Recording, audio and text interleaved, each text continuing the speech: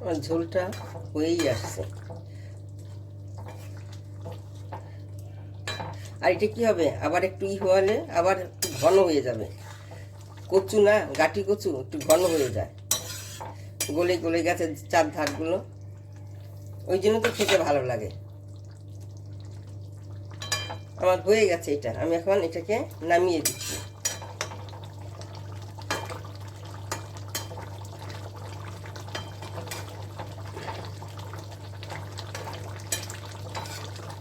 আমার রেসিপিটা যদি তোমাদের পছন্দ হয়, গাটি কচুটাকে আমি ধুয়ে নিয়েছি ভালো করে, আগে ধুয়ে নিয়ে এখন আমি এটাকে প্রেসারে একটু নুন দিয়ে সিদ্ধ করে নেব।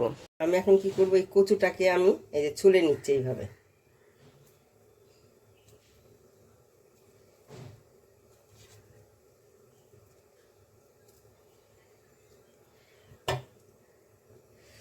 এই কচুগুলো না সব থেকে কোনগুলো ভালো, ওই যে গাটি কচুর মধ্যে না কতগুলোকে বুই বলে, ওইগুলো না বেশি খেতে ভালো হয়।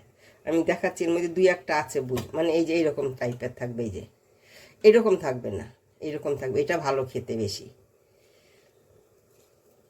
এরকম করে আমি কি করব, সবগুলোকে আমি এইভাবে ছুলে নেব। রান্নাটা আমি সরষের তেলে করব, ইলিশ মাছ করবো তো, ওই জন্য সরষের তেল দিয়েই করবো। ইলিশ সাধারণত সরষের তেলই ভালো লাগে। তেলটা আমার গরম হয়েছে, আমি এখন মাছটাকে ভেজে নিচ্ছি। আজকে সব পেটির মাছ, আজকে আর গাদার মাছ নেই। আগের দিন রান্না করে নিয়েছিলাম গাদার মাছটা। আমি কিন্তু মাছটাকে খুব বেশি ভাজবো না, ইলিশ মাছ বেশি ভাজতে নেই। অনেকে ইলিশ মাছটা কাঁচাই সর্ষে দিয়ে ভাতের মধ্যে দিয়ে দিলে, মাছের দেখতাম ভাতের মধ্যে দিয়ে সর্ষে দিয়ে কলা পাতা দিয়ে ভাতে দিয়ে দিত, ভাত খাওয়ার পরে রেখে দিতে, ওতেই হয়ে যেত। এগুলো পেটির মাছ ছিল, এগুলো গাদার মাছ না, পেটির মাছটা ধরে। এগুলোর মাছটা এইগুলো একেবারে ভাজা হয়ে গেছে। ইলিশ মাছ ভাজতে গেলে না সব মাছটা সমান হয় না, গোল মাছ সব থেকে ভালো ইলিশ, হ্যাঁ সবসময় তো কমই পাওয়া যায়। তো প্রথমে না ওই মাছের খুব তেল ওঠে ইলিশ মাছে, ওই জন্য প্রথমে না একদম অতিরিক্ত তেল দেবে না, লাগলে পরে দেবে। মাথাটাও আমি ভেজে নেব।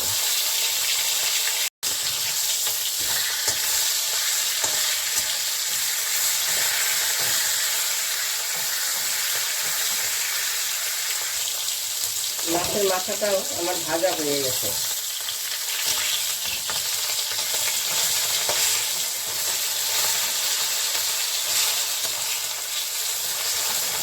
এখন আমি এটাকে নামিয়ে নিচ্ছি।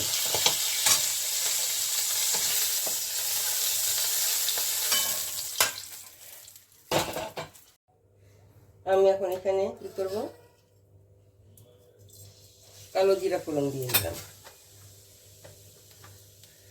আর দিয়ে দিলাম এই যে কয়েকটা রসুনের কোয়াচি থেতো করে দিয়েছি।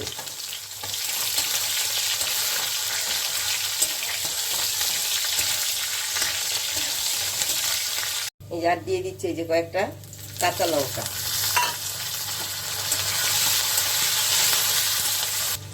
আর দিচ্ছি আমি কালারের জন্য কাশ্মীরি লঙ্কার গুঁড়ো।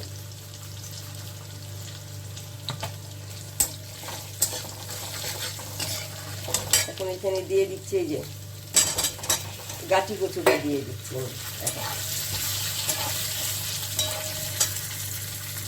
এখন দিয়ে দিচ্ছি হলুদ গুঁড়ো,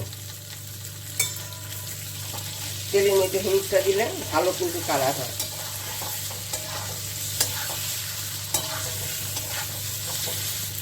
আর দিয়ে দিচ্ছি পরিমাণ মতন নুন। ঝালটা নুনটা তোমাদের নিজেদের ইচ্ছা মতন দেবে, যে যেমন খাবে সেই অনুযায়ী দেবে। অনেকে নুন বেশি খায়, অনেকে কম খায়, ঝালও তাই।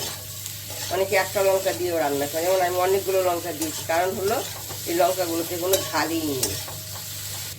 আর দিয়ে দিচ্ছি আমি অল্প আমচুর পাউডার, এখানে একটু টক টক লাগবে, ভালো লাগবে। কচু না, কচু একটু টক টক লাগলে ভালোই লাগে। আমার তো কচু খেতে গেলে ঝালে নুনে একই হয়। একবার আমি কিন্তু সিদ্ধকে নুন দিয়েছি, যখন গাঠি কচুটা সিদ্ধ করেছিলাম, ওই জন্য আমি একটা বেশি নুন দিইনি। এখন আমি কি করবো, ওইখানে এখন আমি উষ্ণ গরম জল দিয়ে দিচ্ছি, কচু তো ওই জন্য ঠান্ডা জল দিয়ে দিই। কিন্তু এটা জল না দিয়েও কিন্তু ওইভাবে ভেজে না খাওয়া যায়, রুটি ভাত সব কিছুর সঙ্গে খাওয়া যাবে ওই মশলা দিয়ে মেখে মেখে।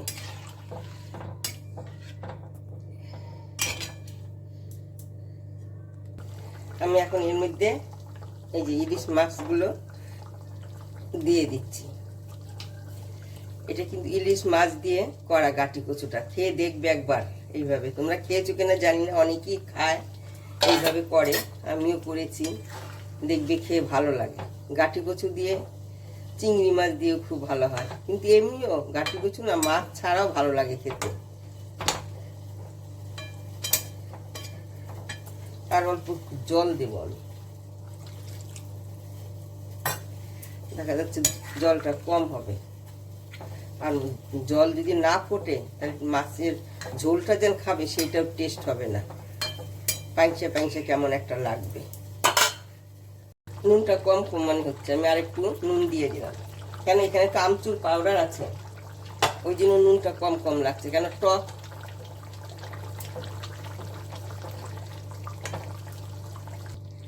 শুধু ইলিশ মাছের মাথা দিয়ে কিন্তু একটু ভেঙে ইলিশ মাছের মাথাটা এই গাটি কচু দিয়ে শুকনো শুকনো ভাজা ভাজা করলেও কিন্তু ভালো লাগে, বা একটু গামাখা করবে ইলিশ মাছের মাথা দিয়ে।